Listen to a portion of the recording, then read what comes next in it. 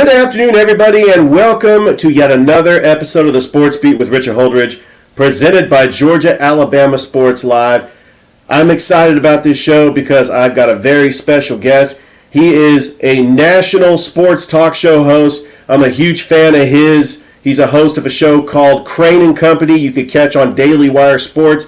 And he is kind enough to join the Sports Beat and talk a little bit about the NFL playoffs. Please welcome to the show, Jake Crain from Crain and Company.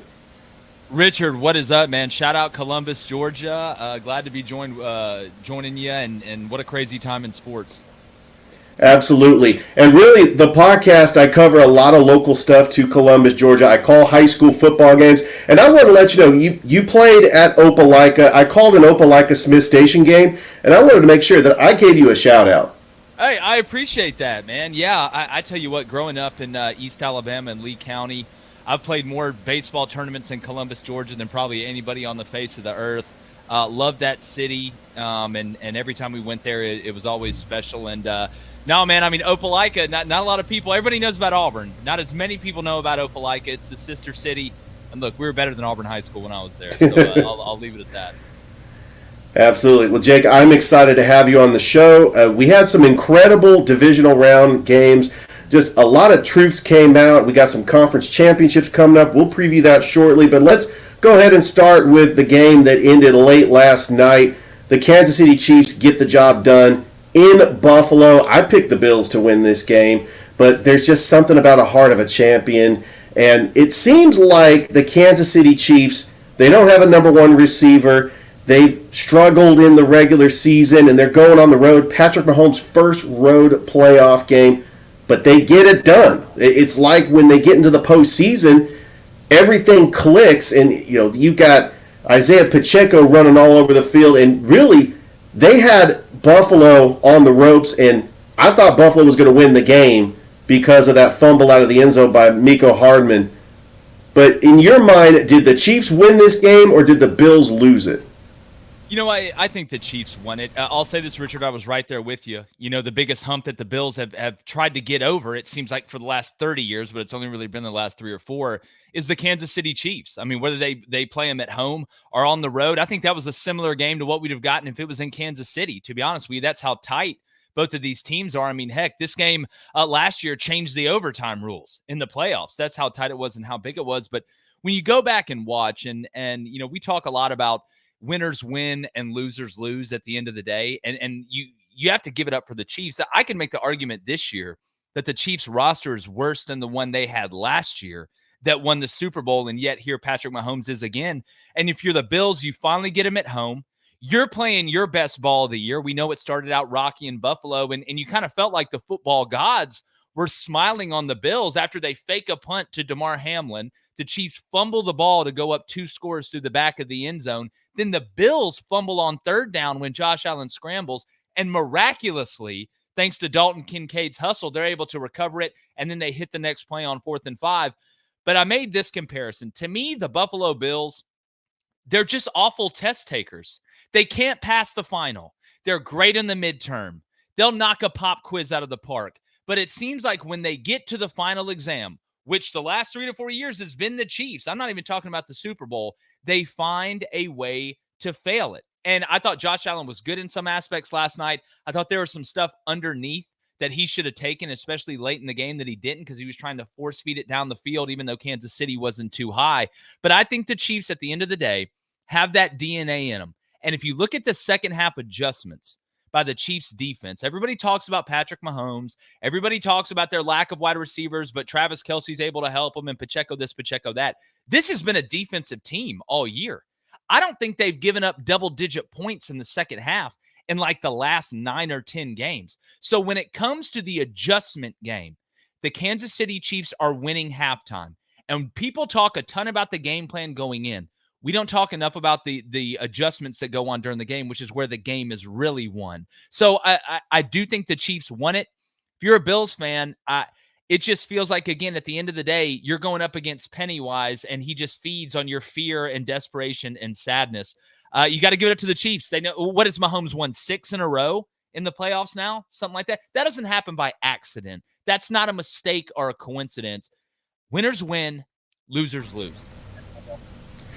People wanted to bury the dynasty, but they just won't go away. And I'm looking forward to seeing the Chiefs taking on the Ravens. And the Baltimore Ravens started the divisional round getting a decisive win over the Houston Texans. But you got to give credit to DeMeco Ryans and C.J. Stroud. They had this game 10-10 going into the third quarter.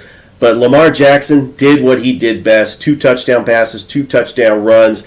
And even though the Ravens are a slight favorite over the Chiefs in the AFC Championship, I just think that the Ravens are probably the most complete team out of the 4 remaining. Would you agree? I would say them and the 49ers, if we're going to talk about all 3 phases. And I think one of the phases that's not talked about enough is the special teams unit for the Ravens. You have Justin Tucker's not missing that field goal against the Chiefs. He's the greatest kicker of all time. That's going to come to fruition at some point. It's going to be on Justin Tucker's shoulders, and that's the guy you want out there making the game-winning kicks or the game-tying kicks. But it's hard to pick against Patrick Mahomes, right? But when you look at the Ravens, and you said it best, they are a complete team. How do you take down a monster like Patrick Mahomes? You overwhelm him with versatility. You overwhelm him with balance. He only plays on one side of the ball. You have to be able to corner him. We talk about this all the time when you have sudden death or playoffs. We talk about it in March Madness. The teams that not only survive, but thrives in a sudden death, winner-take-all playoff format are the teams that are the most complete because they can win in the most ways. I've watched the Ravens win shootouts. I've watched the Ravens win rock fights because the honest-to-God truth, Richard, is offense comes and goes, right? There are games where the offense, I don't care if it's the Golden State Warriors, with Klay Thompson, with Steph Curry, sometimes the three's just not falling. So when the three's not falling, can you still win a game in the 60s in basketball? Can you still win a game in the low 20s and the teens in football? The Ravens can do that. They can make up for maybe not playing well on one side of the ball and let the other 2 phases take over. That's kind of the weakness of the Chiefs to me. We haven't seen a ton of balance. But when you look at the Texans, I think the Texans and the Packers and you can maybe make an argument for the Buccaneers because nobody really expected them to do anything. But you really feel like the Texans and the Packers were playing with house money during the playoffs, which that's dangerous in its own right. I mean, there were not a lot of expectations for the Packers to do what they did to the Cowboys. They played free. One team looked tight. One team looked loose. You go back to the Texans and the Browns. Both those teams haven't been in the playoffs in forever, so that one you can throw that one out of the window. But for the Ravens to handle business, especially early when the Texans looked like they were going to be in it, like here we go, it's another game where C.J. Stroud's going to step up. The Ravens have a chance to put the foot on the throat and take you out. They're going to do it every single time. And that's the mark of a mature team. That's the mark of a dominant team. That is the mark of a team that understands when to say when. So when I look at this matchup and kind of project what I think is going to happen, you're not going to see a blowout on either side of the ball. But at some point, the linebacking core from the Ravens are going to stop Pacheco in the run game. And it's going to come down to Patrick Mahomes being able to create inside the pocket and outside of the pocket. And I just think the Ravens are too deep defensively and they're too good offensively for the Chiefs to play the way that they've been playing outside of the last couple games, really, and go in there and win. Because, again, Baltimore is not an easy place to play. I coached against Navy up in Annapolis, which is pretty close to Baltimore. That weather's weird up there, man. The fog's weird. It's just, it's a field of dreams, cornfield in Iowa in the morning situation. It's just different. It's hard to explain, but it should be a heck of a matchup. I can't wait for that. And let's talk about the NFC. Saturday night, we had the Green Bay Packers, who were a 10-point underdog to the 49ers. And from start to finish, it seemed like until that last drive by Brock Purdy, this game was dominated by the Packers. Everything was going wrong for the 49ers. Deebo Samuel goes out with the injury. They're a different team. It's raining, and Brock Purdy is just not the same quarterback. He can't throw the wet ball. And Jordan Love looked spectacular despite the 2 interceptions. He threw some dimes, and Aaron Jones ran the football. I'll be honest with you, Jake, when the Packers were up 21-17 and the 49ers had them pinned back at the 10, that big run by Aaron Jones, I thought the game was over. I thought that the Packers had this game won. They missed a chip shot field goal, and then Brock Purdy had the drive of his career. He didn't have a great game, but he did have a good drive, and the 49ers survived and advanced. They did play terrible. I don't think they played terrible against Detroit. I think the weather is going to be better next week. But in the situation like this, how confident are you? If you're a Packers fan, do you feel demoralized or do you feel optimistic that this is a young team that is going to come back next year? Well, look, if you're a Packers fan and you're not optimistic about it looking like they were right about Jordan Love, then I don't know how to help you. But knowing Packers fans, they're able to see kind of the forest through the trees. And at the end of the day, that's the best way to look at it. What I was most surprised with the Packers, and everybody talks about the quarterback, good, bad, or indifferent, and I get that. They talk about the young wide receiving core, and I get that. But where I thought the Packers really dominated, and for most of the game against the Niners, was up front. That should give you the most pause. I mean, you look at this Niners team, the way they're put together on the offensive line and defensive line. You look at the Cowboys, the way they're put together on the offensive line and the defensive line. And the Packers were able to really do what they wanted to do. And that game went about how it had to go for the Packers to be able to win it. And they weren't able to pull it off. And I do think you got to give credit to Brock Purdy for that last drive, being able to figure it out. At the end of the day, I guarantee you, Josh Allen would much rather be sitting where Brock Purdy's sitting, coming off a close win, than the way it went down for the Bills against the Chiefs. But I'll say this. It goes back to the point I just made. The Niners didn't play well. And you got to give flowers to the Packers. And they won, Richard. That's the difference. Because I don't see the Niners playing that bad again. There's always that one game. And I love to use the NCAA tournament as a reference for this. How many times, and I'll take it home. I'll give you Auburn for an example. The Final Four run. They beat New Mexico State in the first round by 1 point. 1 point. Guy missed a wide open three, airballed it at the end of regulation. What does that Auburn team do? They make a run all the way to the Final Four. Sometimes you got to win ugly. I call it the Uncle Fester rule. They're not all going to be Livy Duns, man. It's not all going to be great and happiness and good looking. Sometimes it's going to be ugly. Sometimes it's going to be nasty, right? And those are the games you have to find a way to win. Because at the end of the day, in a sudden death playoff format, in any type of format where it's win or go home, the final score, as long as you have more points than the other team, that's all that counts. It doesn't matter how you get there. It matters when you get there. And the Niners picked a good time to go down and score, and they survived. So sometimes, and they're a veteran team, but it's amazing what happens when your life flashes before your eyes a little bit. It's amazing how that'll wake you up. Not that they didn't prepare well. All these guys prepare well. This is a professional football league that they do it all day. There's no recruiting. There's no school. This is what they do. I would be shocked. If the 49ers put on a similar performance up front to what they did against the Packers. And my question about the Lions, I think the Lions played way above their skis in the back end against the Buccaneers. I really do think that. I know the Buccaneers scored 23 points, but the Lions secondary is about as sketchy as walking in downtown New York at 2 a.m. right now. So when you look at the Lions, and even with Deebo Samuels being out, they've got more weapons than Crain in San Francisco right now. So I just have a hard time believing that on one hand, the Niners are going to play that bad again, even though they got away with it. And two, that the Lions are going to play that good on defense again, even though they got some pieces up front. Well, the 49ers, Kyle Shanahan exercised some demons as they finally win a game after being down by 7 going into the fourth quarter. And also the health of Deebo Samuel. It looks like he is 50-50, but I looked at the weather forecast. I will say, though, they've played a lot of games without Deebo. They have been hurt a lot. So it's, again, if there was one team that could take a hit at the skill position, it's the Niners for sure. And it looks like the weather forecast is going to be a little bit better, and I do like the 49ers' chances against the Detroit Lions. Speaking of those Lions, they got the win, first playoff divisional round game in over 30 years. They beat the Buccaneers team. First off, Jake, I want to say Baker Mayfield played very well. He played himself into a starting role with the Buccaneers in 2024. I think he played himself into a contract. He had a very good season for the Buccaneers. The Detroit Lions, I mean, what can you say about, we're familiar with Jahmyr Gibbs. I remember him at Georgia Tech. He played that 1 year at Alabama. Did they, get a steal there? They moved up. They drafted him really high. But him and David Montgomery has been a great running back combo. And Detroit's offensive line with Penei Sewell, Ragnow, I mean, we still don't know the health. If there's anything that Detroit has that's a flaw, that it's their secondary. They're not a very good pass defense. They could stop the run, but you give Jared Goff time. I think that the Detroit Lions actually match up well with the 49ers. But the thing is that the 49ers have seen Jared Goff when he was with the Rams, and he's not as mobile as the quarterbacks that are left in the playoffs. But how do you like the Detroit Lions' chances stacking up against the 49ers? Well, look, it's going to be tough, but regardless of what happens, what Dan Campbell, that organization, the people in the front office, those players, the trainers, everybody involved, what they've done, I think it's been one of the best stories in sports in a while, watching the way that city has come alive. It's funny, kind of a random stat here.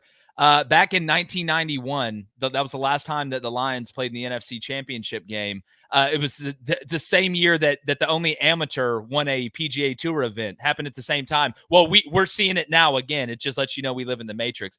But when it comes down to the matchup, Jared Goff, and we call him the gumball smuggler because it looks like he's smuggling gumballs in his cheeks. That's a story for another day. But when you he's the guy that you go to the rec center or the Y, and there's guys in there playing, and it's kind of goofier. He has his socks pulled up. Looks like maybe he played at Gonzaga. And you think, oh, we're about to run these guys out of the gym. And then you lose. You get skunked, and you wonder what happened. He's so good fundamentally in the pocket. And what he lacks from a mobility standpoint, being able to create and improvise, he's able to extend the play from within the pocket, which sometimes is more dangerous when you're able to keep your eyes down the field, let the whole field develop, as opposed to rolling out to one side and cutting off half of the field. But when you look at the matchups and you look at what the Lions have, this game to me, and let's say the weather's good, is going to come down to whether the Lions can get to Brock Purdy or not. Because if they can't get to Brock Purdy, they're going to get sliced and diced in the back end. They just really are. It's the nature of the beast. It's what they're going up against. I'd be shocked if that didn't happen.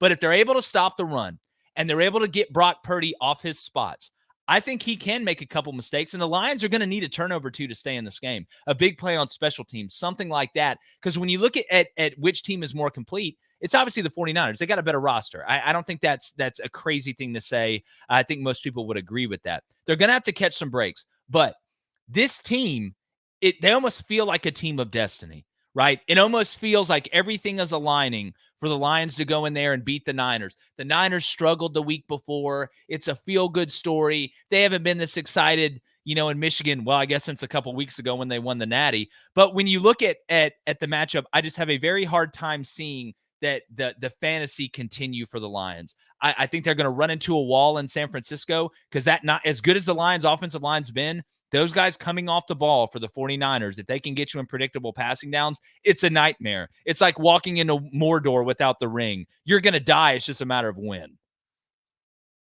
All right, let's talk about some upcoming possible Super Bowl matchups. I know that everybody that's outside of the San Francisco Bay Area that roots for the 49ers is going to be rooting for the Lions because it is the feel-good story.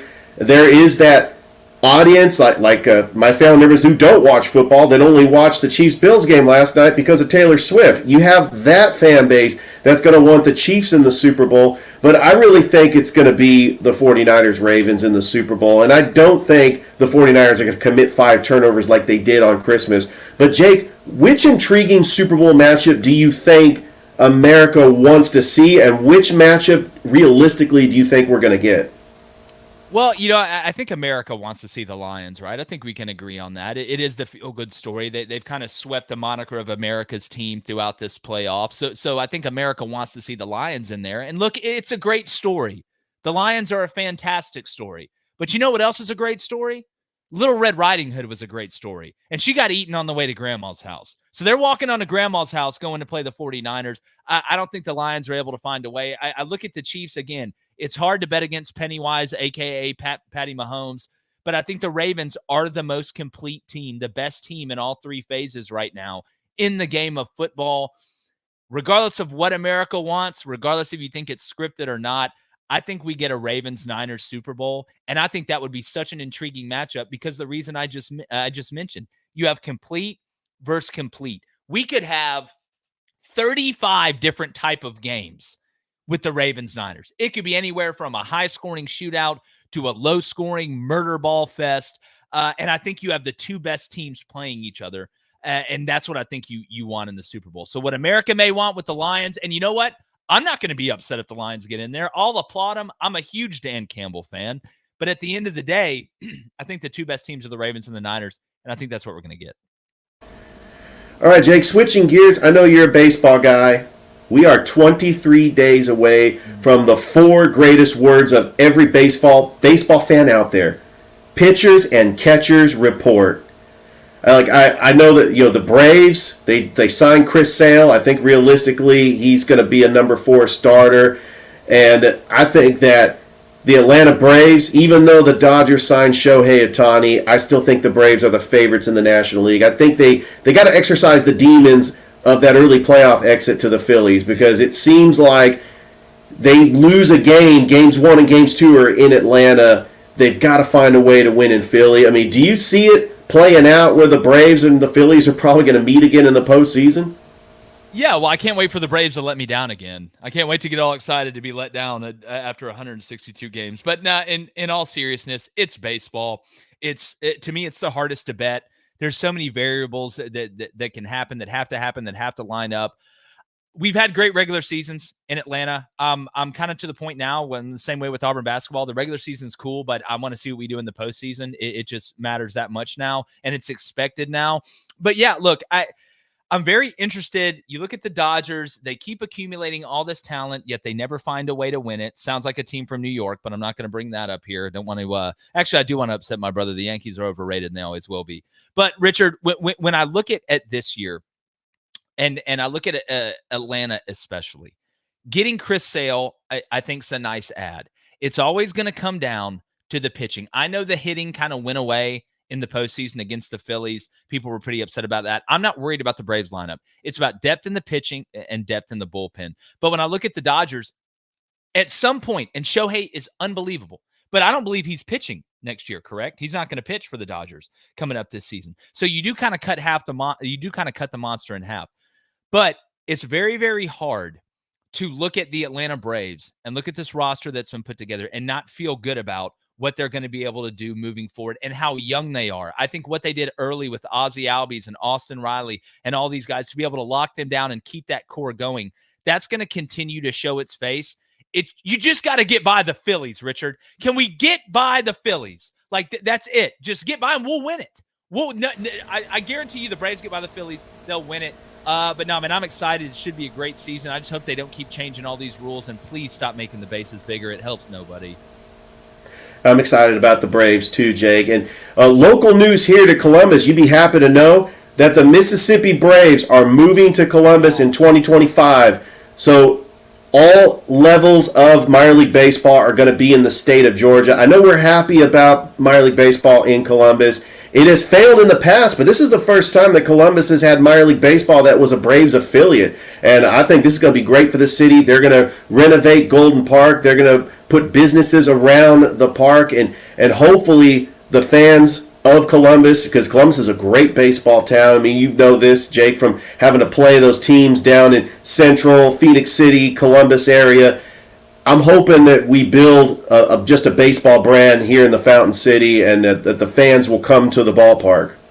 Well, man, it just seems like a perfect fit, right? I mean, you put a Braves affiliate in Columbus, Georgia, right? That's like giving Oreos to a fat kid. He's not going to not like them. So I don't see how it doesn't work. I don't want to jinx anybody or anything like that. But listen, I know the state of Georgia, which I will argue till I'm blue in the face with anybody, is the best state per capita for the three major sports from a recruiting standpoint and from a passion standpoint, even though the Falcons are giving a lot of people reason not to go to the games. But again, that's something we'll probably touch on again at some point. But I just don't see how it doesn't work. I'm very happy for everybody in Columbus. I think they're going to show up and show out, because you're getting a glimpse of the future of the team that you want to see. That'd be like putting a minor league Falcons team in like Athens. People are going to go watch that because it affects the team that you love. It's one thing if the Brewers have a AA team in the state of Georgia. Great, awesome, cool. Let's see what Milwaukee has. Maybe we'll trade for one of them. But when you start putting a Braves affiliate in Braves country, come on, baby. That's like syrup on waffles. Jake, it's always great having you on the show. Before I get you out of here, tell all my listeners how they can listen to Crain and Company and how they can follow you on social media. Definitely. Well, always enjoy coming on, Richard. It should be a great 2024 in the sports world. Got a lot of changes going on in college football as well. But if you want to catch Crain and Company, sports show the way you grew up watching it, where they keep it mainly about sports, go to Apple Podcasts and Spotify. It's CRAIN and Company. We're on YouTube as well. We're on the Daily Wire. We released our new movie, Lady Ballers, on the Daily Wire. It was the #1 streaming movie in America, so go check that out. We take live calls, have a live chat, and have a lot of fun, man. I played and coached for a long time. My co-host David Cohn played quarterback at Michigan. My brother played wide receiver at Western Colorado. So we get down to the nuts and bolts and the nitty-gritty, but we have a lot of fun too. Absolutely. Looking forward to hearing your show. And that is it. That is our show. I want to thank Jake Crain from Crain and Company for being a guest here on the Sports Beat. And I hope that everybody make sure that you subscribe to the show. You can download the podcast on Apple Podcasts, Spotify, iHeartRadio. This is going up tonight on Facebook Live and on YouTube. I want to thank Jake once again. And I hope everybody has a great rest of your day. And